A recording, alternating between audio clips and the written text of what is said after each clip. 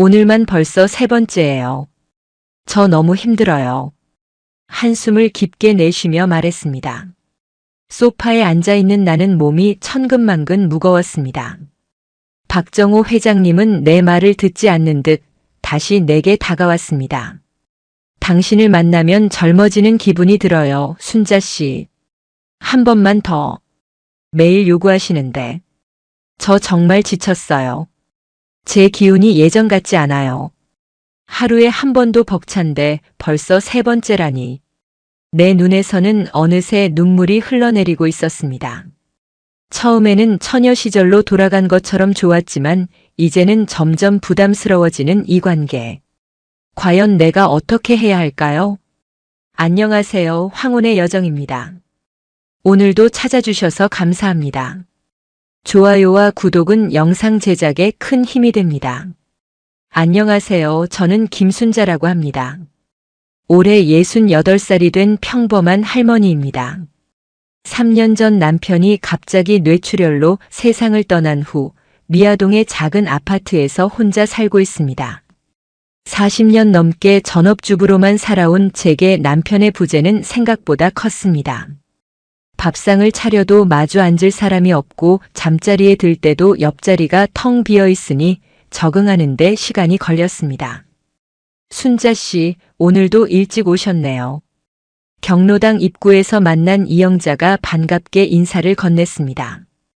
영자는 제 또래로 경로당 총무를 맡고 있는 제 가장 친한 친구입니다. 집에 있어 봐야 할 일도 없고 차라리 여기 와서 사람들 보는 게 낫지. 경로당은 제 일상의 대부분을 차지하고 있었습니다. 아침 9시에 문을 열면 저녁 6시까지 대부분의 시간을 이곳에서 보냈습니다. 화투도 치고 노래도 부르고 가끔은 다른 할머니들과 수다를 떨기도 했지만 사실 그것만으로는 채워지지 않는 무언가가 있었습니다. 오늘 새로운 회장님 오신대요. 전 회장님이 갑자기 건강이 안 좋아지셔서 사임하시고 세 분이 오신대. 영자가 작은 목소리로 귓속말을 했습니다. 누구신데? 박정호라고 미아동 3단지에 사시는 분이래요. 전직 군인이셨다던데? 그 말을 듣는 순간 어쩐지 가슴이 두근거렸습니다.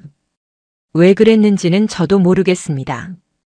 그저 새로운 변화가 있다는 것이 조금 설레었을지도 모릅니다. 정오가 되자 경로당 문이 열리고 한 남자가 들어왔습니다. 키가 180cm는 넘어 보이는 큰 키의 군인 출신답게 꼿꼿한 자세, 그리고 나이에 비해 젊어 보이는 얼굴이 인상적이었습니다. 모두가 조용해진 가운데 그가 자신을 소개했습니다. 안녕하십니까? 오늘부터 경로당 회장을 맡게 된 박정호입니다.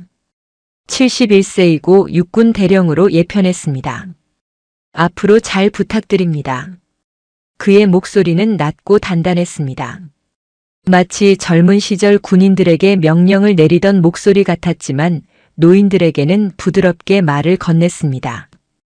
경로당 회원들이 하나 둘 박정호 회장에게 인사를 건네는 동안 저는 자리에서 일어나지 못했습니다. 왜인지 심장이 빠르게 뛰었고 얼굴이 화끈거리는 느낌이었습니다. 저기 앉아 계신 분은 누구십니까? 갑자기 회장님의 시선이 저에게 향했고 모든 사람들이 저를 바라보았습니다. 아, 저는 김순자라고 합니다. 겨우 목소리를 내어 대답했습니다. 김순자님 반갑습니다. 혹시 금연초등학교 교사셨던 건 아니신지요? 그의 질문에 깜짝 놀랐습니다. 제가 40년 전에 잠시 초등학교 교사로 일했던 것을 어떻게 알았을까요? 네, 맞습니다. 결혼하기 전에 잠시 교사였었는데 어떻게 아셨어요? 제 아들이 금연초등학교를 나왔는데 가끔 김 선생님 이야기를 했었습니다. 혹시나 해서 여쭤봤는데 정말 그분이시네요. 그렇게 첫 만남이 시작되었습니다.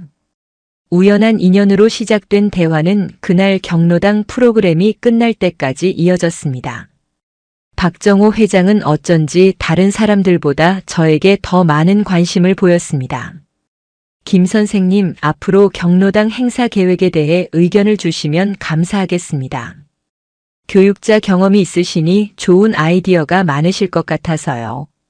모두가 귀가한 후 경로당을 정리하는 동안 회장님은 저에게 따로 말을 걸었습니다.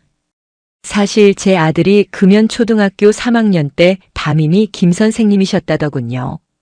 늘 존경하는 선생님이었다고 했습니다. 그 말을 들으니 가슴이 따뜻해졌습니다. 오랫동안 잊고 지냈던 제 젊은 시절, 열정적으로 아이들을 가르치던 그때가 떠올랐습니다. 그렇군요. 참 반갑네요. 제자가 이렇게 인연이 되다니. 내일도 오실 거죠? 경로당 활성화 계획에 대해 좀 더 이야기 나누고 싶습니다. 그날 밤 저는 오랜만에 거울 앞에 오래 서 있었습니다. 주름진 얼굴, 하얗게 변한 머리카락. 예전의 모습은 찾아볼 수 없었지만 어쩐지 오늘따라 눈빛이 달라 보였습니다. 마치 젊은 시절로 돌아간 것처럼 두 눈에 반짝임이 돌아온 것 같았습니다. 내일은 뭘 입고 가지? 옷장을 열어 내일 입을 옷을 고르는 저 자신이 낯설었습니다. 남편이 떠난 후 처음으로 다음 날이 기대되었습니다. 다음 날부터 경로당의 분위기가 달라졌습니다. 박정호 회장은 다양한 프로그램을 도입했고 특히 건강 댄스라는 프로그램이 인기가 많았습니다. 쉬운 스텝에 춤을 배우며 건강도 챙기는 시간이었습니다. 김 선생님, 자세가 참 좋으시네요. 역시 다르십니다. 댄스 시간에 회장님은 항상 저를 칭찬했습니다. 다른 할머니들은 순자가 젊었을 때 미인이었지라며 웃었지만 저는 그 말이 부끄러우면서도 기분이 좋았습니다.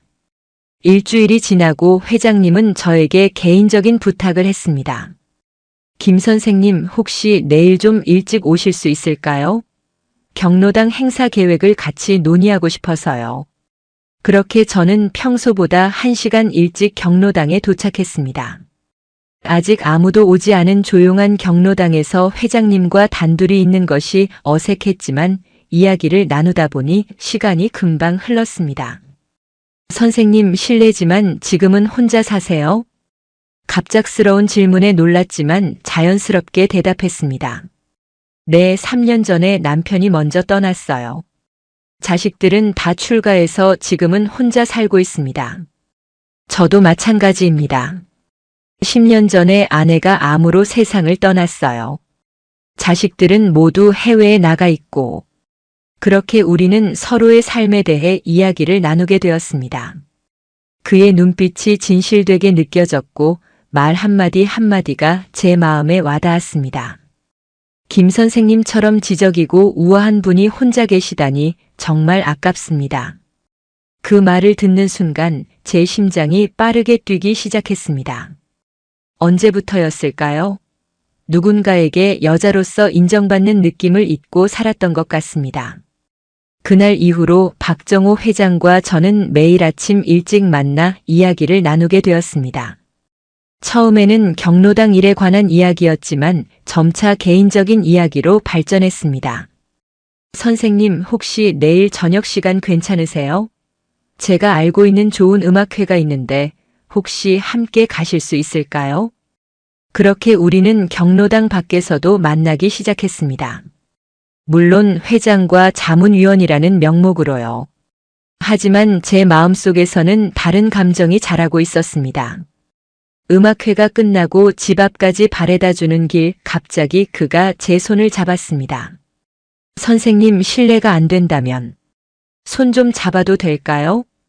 차가운 가을 바람 속에서 느껴지는 그의 손의 온기는 마치 젊은 시절로 돌아간 것 같은 감각이었습니다. 손을 잡은 채 걸었을 뿐인데 온몸에 전율이 흐르는 것을 느꼈습니다. 내일도 봬요. 현관 앞에서 인사를 나누며 그가 살짝 제 볼에 입을 맞췄습니다. 너무 짧은 순간이었지만 그 느낌은 밤새도록 제 마음을 설레게 했습니다. 다음 날 경로당에서는 마치 아무 일도 없었던 것처럼 서로 공식적으로 대했습니다. 하지만 가끔씩 눈이 마주칠 때마다 비밀스러운 미소를 교환했습니다. 아이고, 순자 씨 요새 피부가 좋아졌네. 뭐 바르는 거라도 있어? 영자가 제 얼굴을 유심히 바라보며 물었습니다. 그냥 잠을 잘 자서 그런가 봐. 사실 저는 오랜만에 화장품을 사서 바르기 시작했고 매일 아침 거울 앞에서 머리를 정성껏 손질했습니다. 마치 소녀처럼 마음이 들뜨고 설레었습니다. 그날 저녁 경로당 문을 닫을 시간이 되었을 때 박정호 회장은 저에게 남아서 정리를 도와달라고 부탁했습니다. 모두가 떠나고 둘만 남았을 때 그가 갑자기 저를 끌어안았습니다. 김 선생님 아니, 순자 씨, 이렇게 불러도 될까요? 그의 품에 안겨 고개를 끄덕였고 그 순간 그가 제 입술에 키스했습니다. 너무 놀라 몸이 굳었지만 곧 그의 온기에 기대어 키스에 응했습니다. 순자 씨, 당신을 처음 봤을 때부터 마음이 갔습니다. 이런 감정이 올 줄 몰랐어요. 그의 따뜻한 말에 제 마음도 완전히 열렸습니다. 그날 밤 우리는 오랜 시간 서로를 안고 있었고 키스를 나누었습니다. 그 이상은 아니었지만 제게는 너무나 큰 변화였습니다. 내일 저녁에 제 집에 와주실래요? 제가 요리를 좀 해놓을게요. 귀가 전 그가 조심스럽게 물었고 저는 망설임 없이 고개를 끄덕였습니다. 마치 소녀처럼 가슴이 두근거렸습니다. 집으로 돌아온 저는 밤새 설레는 마음으로 뒤척였습니다.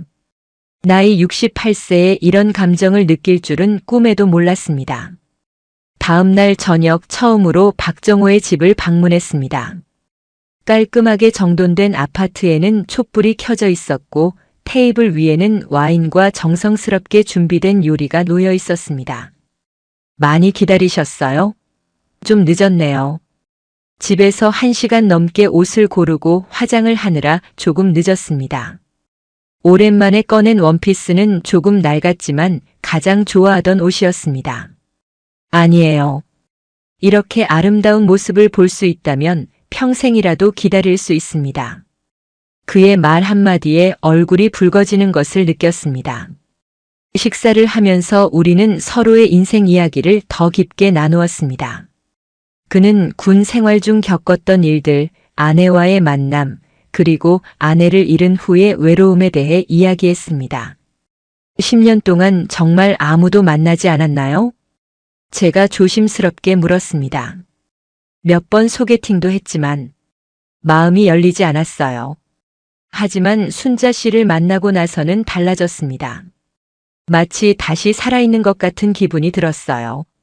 와인 한 잔을 마시고 그가 제 손을 잡았습니다. 따뜻하고 크기가 손이 제 것을 완전히 감싸 안았습니다. 저도 그래요. 남편이 떠난 후 그저 하루하루 살아가는 것만으로도 힘들었는데 정호 씨를 만나고 나서 매일이 기대가 되기 시작했어요. 식사 후 그는 조용히 음악을 틀었습니다. 클래식 음악이 은은하게 흐르는 가운데 그가 제게 춤을 청했습니다. 함께 춤출까요? 거실에서 그와 춤을 추는 동안 그의 가슴에 기대어 느껴지는 심장 소리가 이상하게 편안하게 느껴졌습니다. 마치 오랜 세월 함께한 사람처럼 익숙하고 자연스러웠습니다. 춤이 끝날 무렵 그가 제 귓가에 속삭였습니다. 순자 씨, 오늘 밤 함께 있어 주실래요? 그 말에 제 가슴이 뛰었습니다. 제가 마지막으로 남자와 함께한 건 남편이 돌아가시기 몇 년 전이었습니다. 망설임이 보였을까요? 그가 다시 말했습니다. 부담스러우시면 괜찮습니다. 그냥 당신과 함께 시간을 보내고 싶을 뿐이에요. 하지만 저는 이미 마음을 정했습니다. 그의 손을 잡고 침실로 향했습니다. 그날 밤 오랜만에 여자로서의 감정을 느꼈습니다.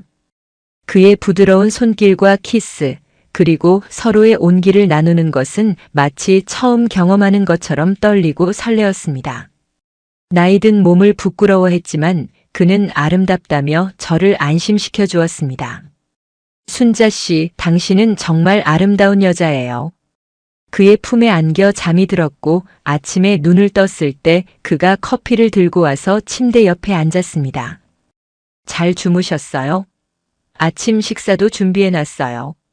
마치 신혼처럼 행복한 아침이었습니다.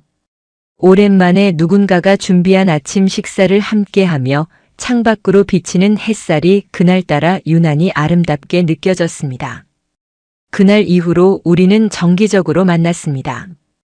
경로당에서는 회장과 회원이라는 관계를 유지하며 조심스럽게 행동했지만 저녁이 되면 그의 집이나 제 집에서 시간을 함께 보냈습니다. 점점 그의 요구가 많아졌지만 처음에는 그저 저를 사랑해주는 것 같아 행복했습니다. 누군가에게 원하는 사람이 된다는 것, 그것이 얼마나 오랜만에 느끼는 감정인지 모릅니다. 오늘 밤에도 와주실 거죠? 당신이 없으면 잠이 안 와요. 그의 문자 메시지에 설레며 준비를 했습니다.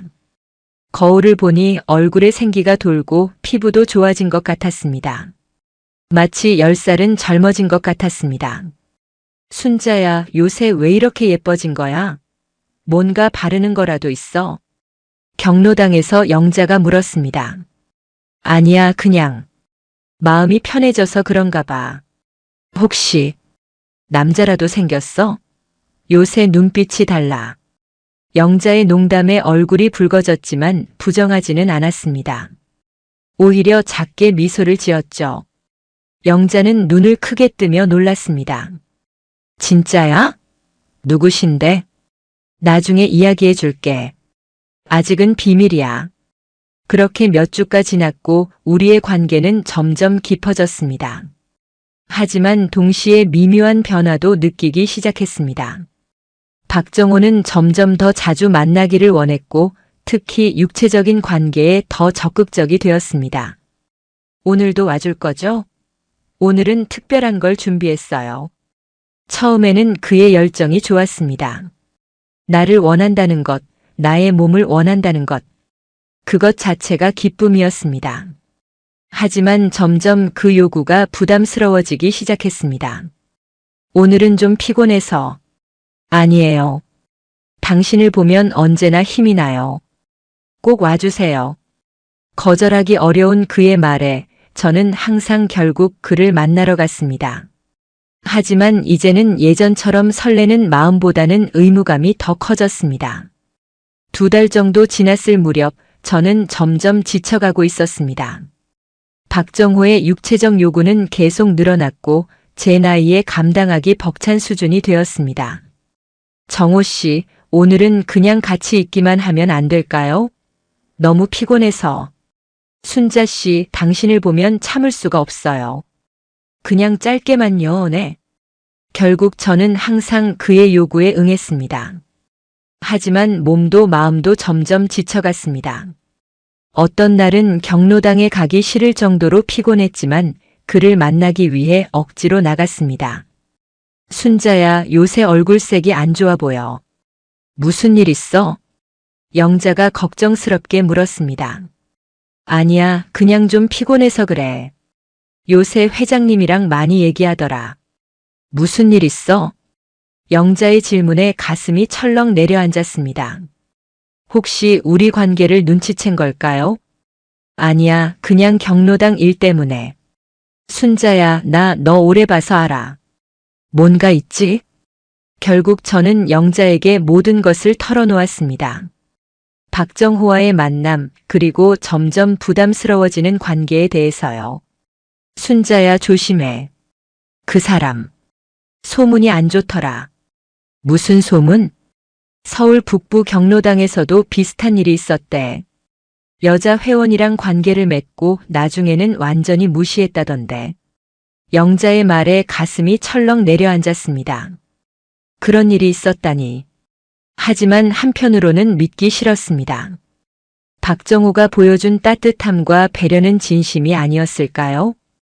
그날 저녁 그의 집에 갔을 때 조심스럽게 물어봤습니다. 정호 씨, 혹시 예전에 다른 경로당에서도 일하신 적 있으세요? 그의 표정이 살짝 굳었습니다. 네, 몇 군데 있었죠. 왜요? 그냥 궁금해서요. 더 이상 질문하지 못했습니다. 하지만 그날 밤 그의 행동은 조금 달랐습니다. 더 다정하고 다시 처음처럼 배려심 있게 대해주었습니다. 마치 제 의심을 알아차린 것처럼요.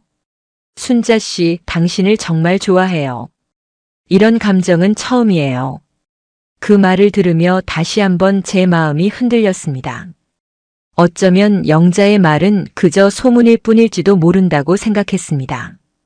하지만 그로부터 일주일 후 경로당에서 충격적인 장면을 목격했습니다. 박정호가 새로 온 60대 초반의 여성 회원과 친밀하게 대화를 나누고 있었습니다.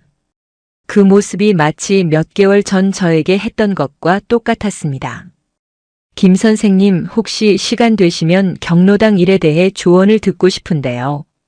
정확히 제게 했던 말과 같은 방식으로 그 여성에게 말하는 것을 보고 가슴이 철렁 내려앉았습니다. 그의 눈빛, 미소, 몸짓까지 모두 저에게 했던 것과 똑같았습니다. 그날 저녁 그를 만났을 때 아무 말도 하지 않았습니다. 하지만 제 마음은 이미 의심으로 가득 찼습니다. 그가 저를 껴안을 때도 키스할 때도 제 머릿속은 혼란스러웠습니다. 이 사람이 정말 나를 특별하게 생각하는 걸까? 아니면 그저 여러 여자 중 하나일 뿐인 걸까? 순자 씨, 오늘은 왜 이렇게 조용해요? 무슨 생각을 그렇게 해요? 아니에요. 그냥 조금 피곤해서. 그럼 오늘은 일찍 잠들어요. 내가 안아줄게요. 그날 밤 그는 평소보다 더 열정적으로 저를 안았습니다. 마치 제 마음이 멀어지는 것을 느끼고 붙잡으려는 듯이요. 하지만 이제 제 마음은 완전히 다른 곳에 있었습니다. 다음 날 영자가 더 충격적인 이야기를 들려주었습니다. 순자야, 회장님이 또 다른 경로당에도 나간대. 화요일, 목요일은 우리 경로당, 월요일, 수요일은 미아동 제2경로당. 그게 무슨 상관이야? 거기도 여자 회원이 있대. 박수님이라고 60대 초반인데 예쁘게 꾸미고 다닌대. 가슴이 아팠습니다. 혹시 그가 그곳에서도 같은 행동을 하고 있는 걸까요? 나만 특별한 게 아닐지도 모른다는 생각이 들자 모든 것이 무너지는 것 같았습니다. 그날 저녁 박정호에게 문자를 보냈습니다. 오늘은 좀 피곤해서 쉬어야 할 것 같아요. 몇 분 후 그의 답장이 왔습니다. 아쉽네요. 많이 기다렸는데. 내일은 꼭 만나요. 중요한 얘기가 있어요. 어떤 중요한 이야기일까 궁금했지만 한편으로는 두려웠습니다. 어쩌면 관계를 끝내자는 말일지도 모른다는 불안감이 들었습니다. 다음 날 아침 평소보다 더 신경 써서 옷을 입고 화장을 했습니다. 만약 그가 저를 떠나려 한다면 적어도 가장 아름다운 모습을 보여주고 싶었습니다. 경로당에 도착했을 때 그는 평소처럼 모두에게 인사하고 있었습니다. 저를 보자 살짝 미소를 지었지만 평소와 다름없이 행동했습니다. 순자 씨, 오늘 저녁에 제 집에 오세요. 특별한 저녁을 준비했어요. 귓가에 속삭이듯 말하는 그의 목소리에 여전히 심장이 떨렸습니다. 아무리 의심해도 그의 관심은 여전히 기분 좋게 느껴졌습니다. 저녁에 그의 집을 방문했을 때 정말 특별한 저녁 식사가 준비되어 있었습니다. 촛불, 와인, 그리고 정성스럽게 차린 음식들. 마치 중요한 날을 기념하는 것 같았습니다. 무슨 특별한 날인가요? 우리가 만난 지 100일이 되는 날이에요. 기억하세요? 정확히 계산하지 않았지만 그 말을 듣자 감동이 밀려왔습니다. 그가 우리의 만남을 그렇게 소중하게 생각하고 있다니. 잠시 모든 의심이 사라지는 것 같았습니다. 식사 후 그가 작은 상자를 꺼냈습니다. 열어보니 은색 목걸이가 들어있었습니다. 이게 뭐예요? 당신을 생각하며 골랐어요. 제 마음을 담은 선물이에요. 목걸이를 목에 걸어주는 그의 손길이 따뜻했습니다. 거울을 보니 정말 예뻤습니다. 오랜만에 받는, 아니 사실 남편 이후 처음 받는 선물이었습니다. 고마워요. 정말 예뻐요. 그날 밤 그는 평소보다 더 열정적이었습니다. 마치 자신의 것임을 확인하듯이요. 처음에는 그의 열정에 기쁘게 응했지만 시간이 지날수록 점점 힘들어졌습니다. 정호 씨, 조금만 쉬었다가. 조금만 더요. 당신이 너무 좋아서 그래요. 결국 그날 밤도 그의 욕구에 맞춰주다 보니 다음 날 아침 일어나기가 힘들 정도로 피곤했습니다. 몸이 예전 같지 않다는 걸 실감했습니다. 68세의 몸으로 젊은 사람들처럼 열정적인 관계를 유지하는 것이 얼마나 힘든 일인지를 깨달았습니다. 며칠 후 저는 용기를 내어 그에게 말했습니다. 정호 씨, 나 요즘 좀 몸이 안 좋아요. 나이가 있어서 그런지 매일 이렇게 만나는 게 조금 힘들어요. 그의 표정이 순간 굳었습니다. 그럼 얼마나 자주 만나길 원하세요? 일주일에 2번 정도면 어떨까요? 그리고 매번 그렇게 늦게까지 하지 않아도. 제 말이 채 끝나기도 전에 그가 말했습니다. 당신을 만나는 것이 부담스러우신가 보네요. 괜찮아요. 이해합니다. 그의 목소리가 차갑게 변했습니다. 마치 얼음처럼 차가워진 그의 태도에 놀랐습니다.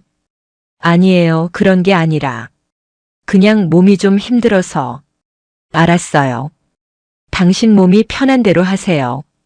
그날 이후 그의 태도가 확연히 달라졌습니다. 더 이상 다정한 문자 메시지도 없었고 경로당에서도 저에게 특별한 관심을 보이지 않았습니다. 오히려 제가 말을 걸어도 짧게 대답하고 자리를 피하는 일이 많아졌습니다. 반면 그 새로운 여성 회원에게는 점점 더 관심을 보이기 시작했습니다. 저에게 했던 것처럼 특별한 배려와 관심을 그녀에게 보여주는 것이 눈에 보였습니다. 순자야, 괜찮아? 영자가 제 어깨를 토닥였습니다. 회장님이 요새 김영숙 씨한테 관심 많던데. 괜찮아. 나랑은 원래 아무것도 없었어. 입으로는 그렇게 말했지만 가슴은 찢어질 듯 아팠습니다. 내가 그에게 얼마나 많은 것을 주었는지, 얼마나 내 마음을 열었는지. 그런데 이렇게 쉽게 다른 사람에게 관심을 옮기다니. 한 달이 지났습니다. 박정호와의 관계는 이제 거의 경로당 회장과 회원 사이로만 남았습니다. 가끔 문자로 오늘 저녁에 시간 되세요? 라고 물어볼 때도 있었지만 제가 거절하면 더 이상 강요하지 않았습니다. 그러다가 어느 날 저녁 갑자기 그에게서 전화가 왔습니다. 순자 씨, 오늘 저녁에 시간 되세요? 꼭 만나고 싶은데. 오랜만에 듣는 다정한 목소리에 마음이 흔들렸습니다. 어쩌면 그도 나를 그리워했던 걸지도 모르겠다는 생각이 들었습니다. 네, 시간 돼요. 그럼 제 집으로 와주세요. 8시에 기다릴게요. 그날 저녁 그의 집을 방문했습니다. 예전처럼 촛불과 와인이 준비되어 있었고 그는 마치 처음 만났을 때처럼 따뜻하게 저를 맞아주었습니다. 많이 보고 싶었어요. 그의 품에 안기자 모든 의심이 사라지는 것 같았습니다. 그날 밤 우리는 다시 한번 가까워졌습니다. 하지만 이번에는 그가 더 배려심 있게 행동했습니다. 마치 제 마음을 다시 얻기 위해 노력하는 것처럼요. 순자 씨, 우리 다시 예전처럼 자주 만나요. 당신이 없으면 정말 외로워요. 그 말을 듣자 마음이 또다시 흔들렸습니다. 그를 다시 믿어도 될까요? 그날 이후로 우리는 다시 자주 만나기 시작했습니다. 하지만 이번에는 일주일에 2-3번 정도로, 그리고 그도 제 체력을 배려해 주는 듯 했습니다. 모든 것이 다시 좋아지는 것 같았습니다. 그러나 평화는 오래 가지 않았습니다. 2주 후 경로당에서 충격적인 소식을 듣게 되었습니다. 순자야, 너 들었어? 회장님이 제2경로당 박수님 씨랑도 만나고 있대. 영자의 말에 가슴이 철렁 내려앉았습니다. 누가 그래? 내 사촌이 거기 다니거든. 회장님이 박수님 씨한테 특별히 잘해준대. 심지어 선물도 주고. 무슨 선물? 은목걸이라던데. 순간 제 목에 달린 은목걸이가 무거워지는 것 같았습니다. 그가 저에게 준 것과 똑같은 선물을 다른 여자에게도 준 거였을까요? 그날 저녁 그에게 전화를 걸었습니다. 오늘 만날 수 있을까요? 오늘은 좀 어려울 것 같아요. 내일은 어때요? 미아동 제2경로당에 가셔야 해서 그런가요? 순간 전화 너머로 침묵이 흘렀습니다. 무슨 말씀이세요? 박수님 씨도 똑같은 음목거리를 하고 다니던데요. 다시 한번 긴 침묵이 이어졌습니다. 순자 씨, 오해하지 마세요. 그건 그냥 경로당 행사 때 우수 회원에게 준 선물이에요. 그래요? 그럼 제게 주신 것도 그런 의미였나요? 아니에요. 당신은 특별해요. 제발 이런 오해는 하지 마세요. 그날 밤 잠을 이루지 못했습니다. 그의 말이 진실일까요? 아니면 또 다른 거짓말일까요? 머릿속이 복잡했습니다. 다음 날 용기를 내서 미아동 제2경로당에 찾아갔습니다. 그곳에서 박수님이라는 여성을 만나볼 생각이었습니다. 경로당에 도착해서 자신을 박정호 회장의 친구라고 소개하고 박수님 씨를 찾았습니다. 박수님 씨요? 오늘 안 오셨어요. 어제 회장님이랑 같이 어디 가셨다던데. 그 말을 듣는 순간 가슴이 무너졌습니다. 어제 그가 만날 수 없다고 했던 이유가 바로 이 여자 때문이었던 거군요. 경로당을 나와 집으로 향하는 길 눈물이 멈추질 않았습니다. 이렇게 쉽게 속았다는 사실이 너무 부끄러웠습니다. 68세의 나이에 사랑에 빠져 이런 배신을 당하다니. 스스로가 너무 한심하게 느껴졌습니다. 집에 도착해서 가장 먼저 한 일은 그가 준 목걸이를 벗는 것이었습니다. 아마 여러 여자에게 똑같은 선물을 주며 똑같은 말을 했겠지요. 당신을 생각하며 골랐어요. 눈물을 닦고 그에게 문자를 보냈습니다. 더 이상 만나지 말아요. 모든 걸 알게 되었어요. 몇 분 후 그의 전화가 왔지만 받지 않았습니다. 대신 그의 문자를 읽었습니다. 오해입니다. 제발 한 번만 만나서 얘기해요. 그의 메시지를 무시하고 휴대폰을 끄고 침대에 누웠습니다. 그날 밤은 한없이 울었습니다. 다음 날 아침 핸드폰을 켜자 그에게서 온 수십 개의 부재중 전화와 문자가 있었습니다. 마지막 문자가 눈에 들어왔습니다. 오늘 경로당에 오지 않으면 당신에 대한 모든 것을 다른 회원들에게 말하겠습니다. 가슴이 철렁 내려앉았습니다. 설마 그가 우리의 관계를 공개적으로 폭로하겠다는 건가요? 그동안 우리의 관계는 비밀이었고 경로당의 다른 회원들이 알게 되면 제가 얼마나 창피할지. 결국 저는 경로당에 가기로 했습니다. 하지만 평소보다 조금 늦게 도착했고 모두가 있는 자리는 피했습니다. 순자야, 어디 있었어? 회장님이 내 얘기 물어봤어. 영자가 다가와 물었습니다. 나 좀 아파서. 근데 회장님이 오늘 이상해. 뭔가 화가 난 것 같아. 그 말을 듣자마자 박정호가 저를 향해 걸어오는 것이 보였습니다. 그의 눈빛이 달랐습니다. 차갑고 무서웠습니다. 김순자 씨, 잠깐 얘기 좀 할 수 있을까요? 경로당 사람들 앞에서 공식적인 말투로 저를 부르는 그의 모습에 식은땀이 났습니다. 저는 조용히 그를 따라 밖으로 나갔습니다. 왜 전화를 안 받았어요? 더 이상 할 말 없어요. 모든 걸 알았으니까. 뭘 안다는 거예요? 당신이 박수님 씨하고도 같은 관계라는 걸요. 그리고 아마 다른 여자들도 있겠죠? 그의 표정이 굳었습니다. 그리고는 갑자기 태도가 바뀌었습니다. 그래서요? 우리는 그냥 서로 외로움을 달래주는 사이였잖아요. 당신이 그걸 뭘로 착각한 거죠? 그 말이 제 가슴을 칼로 찌르는 것 같았습니다. 정말 그렇게 생각했던 건가요? 그저 외로움을 달래는 관계였을 뿐. 당신은 내게 특별하다고 했잖아요. 사랑한다고도 했고. 그런 말은 다들 하잖아요. 설마 진심으로 받아들인 건 아니죠? 눈물이 나왔습니다. 이렇게 잔인할 수가 있을까요? 더 이상 만나지 맙시다. 제발 저를 내버려 두세요. 알았어요. 하지만 경로당에서는 서로 예의를 지켜야겠죠. 회장과 회원으로서. 그의 차가운 말에 아무 대답도 하지 못했습니다. 그저 고개를 끄덕이고 자리를 떠났습니다. 그날 이후로 경로당에 가는 것이 고통스러워졌습니다. 박정호는 마치 아무 일도 없었던 것처럼 모두에게 친절하게 대했지만 저에게만은 냉담했습니다. 심지어 제가 질문을 해도 짧게 대답하고 금방 자리를 피했습니다. 순자야, 회장님하고 무슨 일 있었어? 너한테만 유독 차갑던데. 영자의 질문에 대답할 수 없었습니다. 그저 아니야, 그냥 기분 탓이겠지. 라고 얼버무렸습니다. 하지만 상황은 점점 더 악화되었습니다.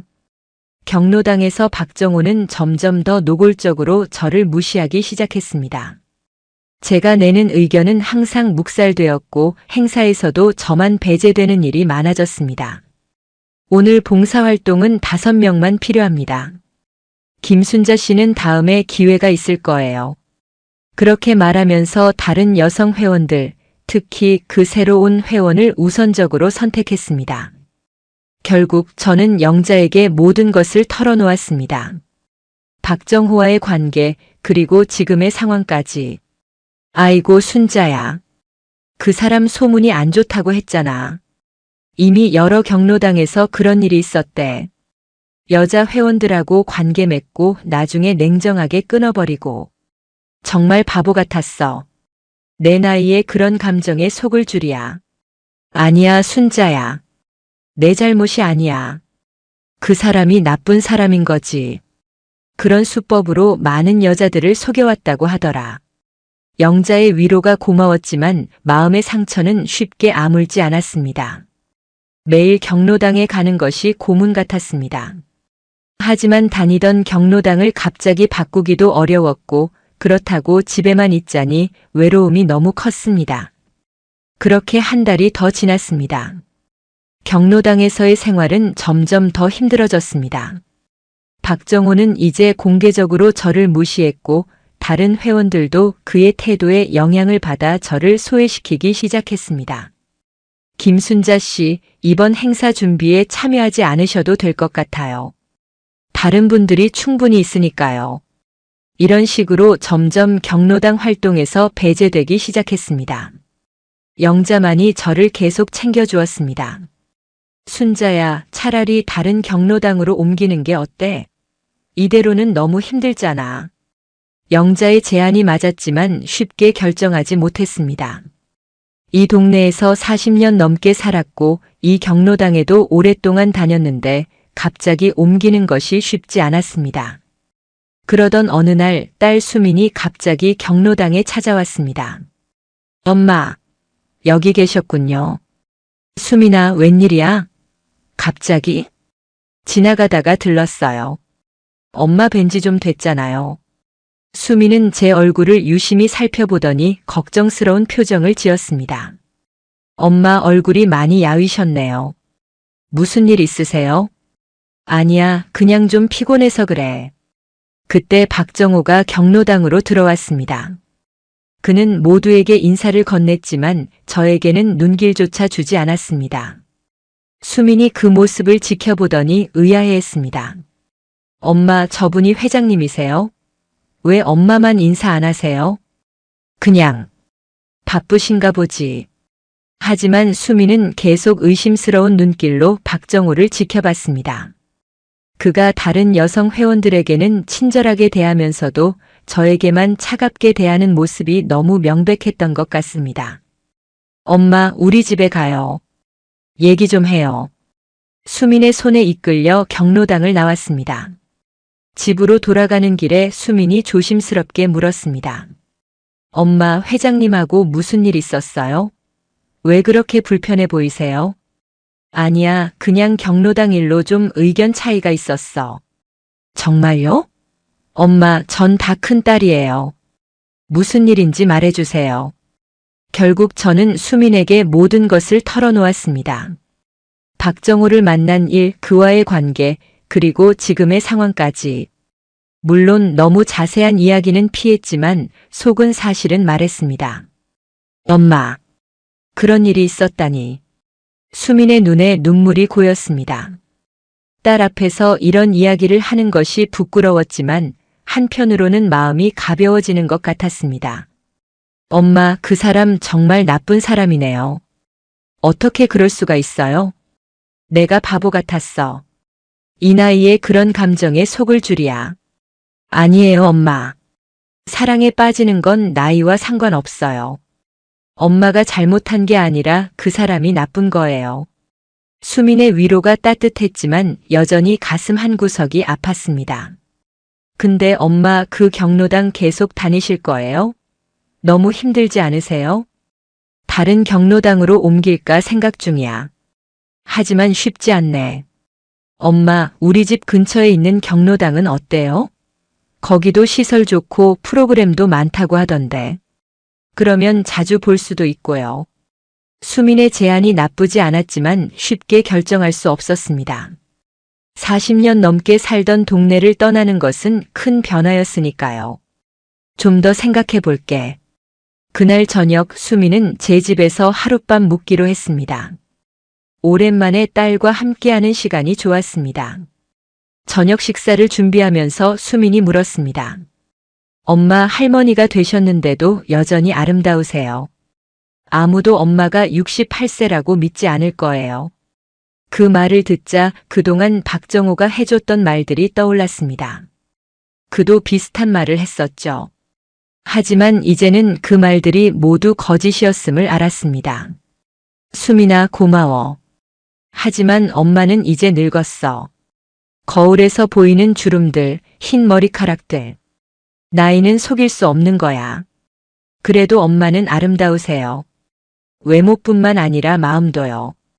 딸의 진심 어린 말에 가슴이 따뜻해졌습니다. 이렇게 진심으로 나를 사랑해주는 딸이 있다는 것이 얼마나 감사한지 새삼 느꼈습니다. 다음 날 아침 식사를 하던 중 초인종이 울렸습니다. 문을 열어보니 제 손자 민우가 서 있었습니다.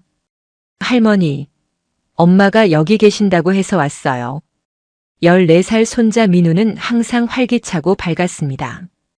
그의 모습을 보니 기분이 좋아졌습니다. 민우야, 어서 와라. 아침 먹었니? 아니요, 아직이요. 우리 셋은 함께 아침 식사를 했습니다. 오랜만에 가족과 함께하는 시간이 너무 행복했습니다. 식사 후 수민이 제안했습니다. 엄마, 오늘 경로당 안 가시고 우리랑 같이 놀러 가요. 어디로? 그냥 근처 공원이라도 가요. 날도 좋은데. 수민의 제안을 받아들이려고 했는데 갑자기 민우가 물었습니다. 할머니, 이거 누가 준 거예요? 민우가 가리킨 것은 탁자 위에 놓인 박정호가 준 목걸이였습니다. 목에서 벗어 던져두었던 그 목걸이를 아직 버리지 못했던 것입니다. 아, 그거. 그냥. 혹시 경로당 회장님이 주신 거예요? 민우의 갑작스러운 질문에 놀랐습니다. 어떻게 알았을까요? 민우야, 그걸 어떻게 알아? 지난번에 할머니 경로당에 갔을 때 봤어요. 그 회장님이 다른 할머니한테도 똑같은 거 줬던데. 순간 숨이 멎는 것 같았습니다. 민우가 무엇을 본 것인지 궁금했습니다. 다른 할머니라니? 네, 제가 할머니 찾으러 갔다가 회장실 앞을 지나가는데 회장님이 어떤 할머니한테 똑같은 목걸이 주면서 특별히 당신을 위해 골랐어요 라고 하던데요. 그 말을 듣는 순간 가슴이 무너지는 것 같았습니다. 정말로 박정호는 다른 여성들에게도 똑같은 선물을 하고 똑같은 말을 했던 것입니다. 모든 것이 거짓이었습니다. 민우야, 언제 본 거니? 한 달 전쯤이요. 할머니 생일 때 깜짝 방문하려고 갔다가요. 민우의 말에 수민이 눈을 크게 뜨며 저를 바라봤습니다. 그제야 모든 것이 명확해졌습니다. 엄마, 그 사람 정말. 더 이상 말이 필요 없었습니다. 이제 모든 것이 분명했고 제가 얼마나 어리석었는지 깨달았습니다. 민우야, 고마워. 내 덕분에 할머니가 중요한 걸 알게 됐어. 제가 뭐요? 민우는 자신이 무슨 일을 한 것인지 잘 모르는 눈치였지만 저에게는 큰 깨달음의 순간이었습니다. 그날 오후 우리 셋은 함께 공원을 산책했습니다. 맑은 가을 하늘 아래 가족과 함께하는 시간이 얼마나 소중한지 느꼈습니다. 가끔 박정호 생각이 나기도 했지만 이제는 그저 지나간 일로 여겼습니다. 엄마 결정하셨어요? 우리 동네 경로당으로 옮기실래요? 응, 그래야 할 것 같아. 여기 있으면 계속 그 사람 볼 텐데 그럴 자신이 없어. 수민의 얼굴에 안도의 표정이 스쳤습니다. 아마 저보다 더 걱정했던 모양입니다. 잘 결정하셨어요. 새로운 시작을 하는 거예요. 그날 밤 수민과 민우가 돌아간 후 혼자 있는 시간에 많은 생각이 들었습니다.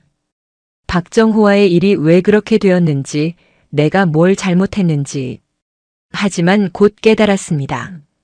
내 잘못이 아니라는 것을요. 그는 처음부터 여러 여성들을 속여왔고 저는 그저 그중 하나였을 뿐입니다. 다음 날 마지막으로 미아동 경로당에 가기로 했습니다. 짐을 정리하고 인사를 하기 위해서였습니다.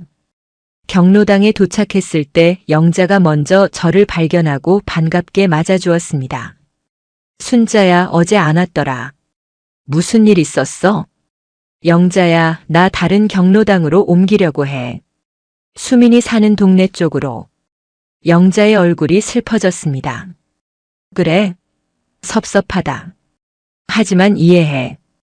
여기서는 너무 힘들었을 테니까. 그때 박정호가 경로당으로 들어왔습니다. 그는 저를 보자 잠시 멈칫했지만 곧 아무 일도 없었다는 듯이 다른 회원들에게 인사를 건넸습니다. 영자야, 난 짐 좀 정리할게.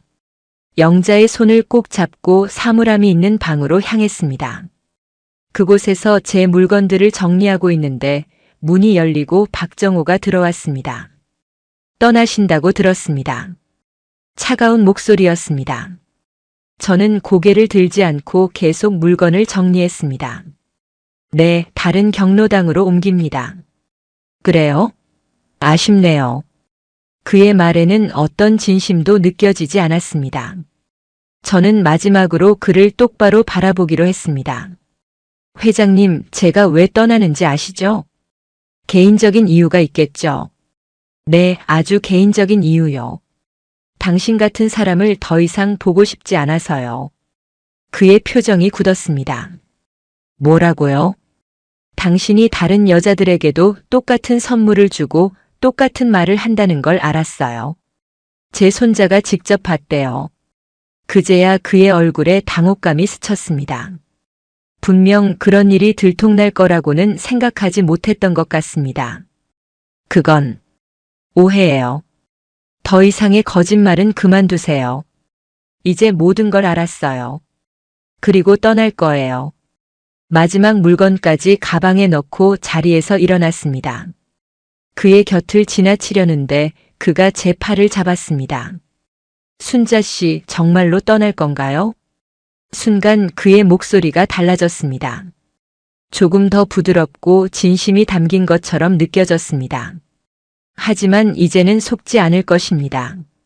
네, 그리고 다시는 연락하지 마세요. 그의 손을 떨쳐내고 밖으로 나왔습니다. 영자가 기다리고 있었습니다. 어떻게 됐어? 이제 끝났어. 모든 게 다. 영자는 아무 말 없이 저를 꼭 안아주었습니다. 그 따뜻함에 눈물이 났습니다. 영자야, 고마워. 내가 없었으면 더 힘들었을 거야. 뭘, 우린 친구잖아. 가끔 연락해. 보고 싶을 거야. 경로당을 떠나는 발걸음이 무거웠지만 한편으로는 홀가분한 기분이었습니다. 마치 무거운 짐을 내려놓은 것 같았습니다. 수민이 사는 동네로 이사한 지 일주일이 지났습니다. 새로운 아파트는 조금 작았지만 필요한 모든 것이 갖춰져 있었고 무엇보다 딸과 손자가 가까이 있어서 좋았습니다. 할머니, 저 왔어요. 민우가 학교를 마치고 종종 제 집에 들렀습니다. 아이의 밝은 에너지가 집안을 환하게 만들었습니다. 민우야, 과자 먹을래? 할머니가 방금 구웠어. 네. 할머니 과자가 최고예요. 민우와 함께 시간을 보내는 것이 큰 위로가 되었습니다. 그의 순수한 웃음과 제잘거림이 제 마음의 상처를 조금씩 치유해 주었습니다. 새로운 경로당에도 등록했습니다. 처음에는 낯설고 어색했지만 다들 친절하게 대해주셔서 금방 적응할 수 있었습니다. 김 선생님이시죠? 미아동에서 오셨다고 들었어요. 환영합니다. 새 경로당의 회장님은 여성분이셨고 모든 회원들을 평등하게 대하는 것 같았습니다. 여기서는 특별 대우도 소외도 없었습니다. 하지만 밤이 되면 여전히 박정호 생각이 났습니다. 그와 함께했던 시간들, 그의 따뜻한 품, 그리고 달콤한 말들. 모두 거짓이었지만 그때의 감정만은 진짜였습니다. 그 기억을 지우기가 쉽지 않았습니다. 한밤중에 깨어나 울기도 했습니다. 68세의 나이에 이런 상처를 받을 줄은 몰랐습니다. 하지만 아침이 되면 다시 힘을 내고 하루를 시작했습니다. 그로부터 한 달쯤 지났을 때 영자에게서 전화가 왔습니다. 순자야, 잘 지내? 응, 그럭저럭. 새 경로당도 좋고 수민이랑 민우도 자주 보고. 다행이다. 근데 뭔가 알려줘야 할 것 같아서. 영자의 목소리가 조심스러웠습니다. 무슨 일이야? 그 박정호 말이야. 또 다른 여자랑 관계를 맺었대. 이번에는 김영숙 씨. 가슴이 아팠지만 이제는 예전처럼 무너지지 않았습니다. 오히려 제가 그 상황에서 빠져나온 것이 다행이라는 생각이 들었습니다. 그래? 그 사람 정말 바뀌지 않는구나. 근데 그게 다가 아니야. 김영숙 씨 딸이 경로당에 왔다가 모든 걸 알게 됐대. 그래서 난리가 났어. 회장직에서도 물러나게 됐대. 그 소식을 듣자 묘한 감정이 들었습니다. 복수심 같은 건 없었지만 어떤 정의가 실현된 것 같아 마음이 편해졌습니다. 그렇구나. 결국 그런 짓을 계속하면 언젠가는 대가를 치르게 되는 법이지. 맞아. 순자야, 너 정말 잘 버텼어. 그리고 용감했어. 영자의 위로가 고마웠습니다. 전화를 끊고 나서 창밖을 바라봤습니다. 겨울이 지나고 봄이 오고 있었습니다. 새싹이 돋고 꽃이 피어나는 계절. 마치 제 인생처럼 다시 새롭게 시작할 수 있는 시간이었습니다. 그날 저녁 수민이 방문했습니다. 엄마, 오늘 좀 어때요? 얼굴색이 좋아 보이시네요. 응, 오늘은 기분이 좋아. 봄이 오는 것 같아서 그런가 봐. 엄마, 새 경로당은 어때요? 적응 잘하셨어요? 응, 다들 친절하고 좋아. 프로그램도 다양하고. 다행이에요. 엄마가 행복해 보여서 저도 기뻐요. 수민과 이야기를 나누다가 문득 궁금한 것이 생각났습니다. 수민아, 엄마가 그런 일을 겪었을 때 많이 실망했지? 수민은 잠시 생각하더니 고개를 저었습니다. 아니에요, 엄마. 오히려 존경스러웠어요. 존경스러웠다고? 왜? 엄마가 나이가 들었다고 해서 감정이 없는 게 아니잖아요. 사랑에 빠지고 상처받고 그리고 다시 일어서는 모습. 그건 어떤 나이에도 겪을 수 있는 일이에요. 엄마가 그 과정을 용감하게 헤쳐나가는 걸 보니 정말 강한 분이라고 생각했어요. 수민의 말에 눈시울이 붉어졌습니다. 딸에게 이런 말을 들을 수 있다는 것이 얼마나 큰 위로가 되는지 모릅니다. 고마워, 수민아. 엄마는 한때 자신이 너무 바보 같다고 생각했어. 이 나이에 그런 감정에 속아 넘어가다니. 엄마, 사랑에 나이 제한이 어딨어요? 엄마도 여자고 감정이 있는 사람이에요. 그런 감정을 느낄 수 있다는 건 오히려 축복이라고 생각해요. 비록 그 사람이 나쁜 사람이었지만 엄마의 마음은 아름다웠어요. 수민의 말이 제 가슴 깊숙이 와닿았습니다. 그래요, 내 감정은 진실했습니다. 비록 상대방은 거짓이었지만 내가 느꼈던 설렘과 행복은 진짜였습니다. 수민아, 정말 고마워. 엄마한테 큰 위로가 되는구나. 그날 밤 오랜만에 편안하게 잠들 수 있었습니다. 더 이상 박정호의 유령에 시달리지 않았고 스스로에 대한 실망감도 사라졌습니다. 이제는 새로운 시작을 할 준비가 되었습니다. 오늘의 이야기는 여기까지입니다. 끝까지 들어주셔서 감사합니다. 여러분의 인생에도 어떤 나이에든 새로운 시작이 있다는 것을 기억하세요. 나이는 단지 숫자일 뿐 진정한 행복을 찾는 데는 결코 늦지 않습니다. 구독과 좋아요, 그리고 여러분의 생각을 댓글로 남겨주세요. 다음에는 더 따뜻하고 감동적인 이야기로 찾아뵙겠습니다. 감사합니다.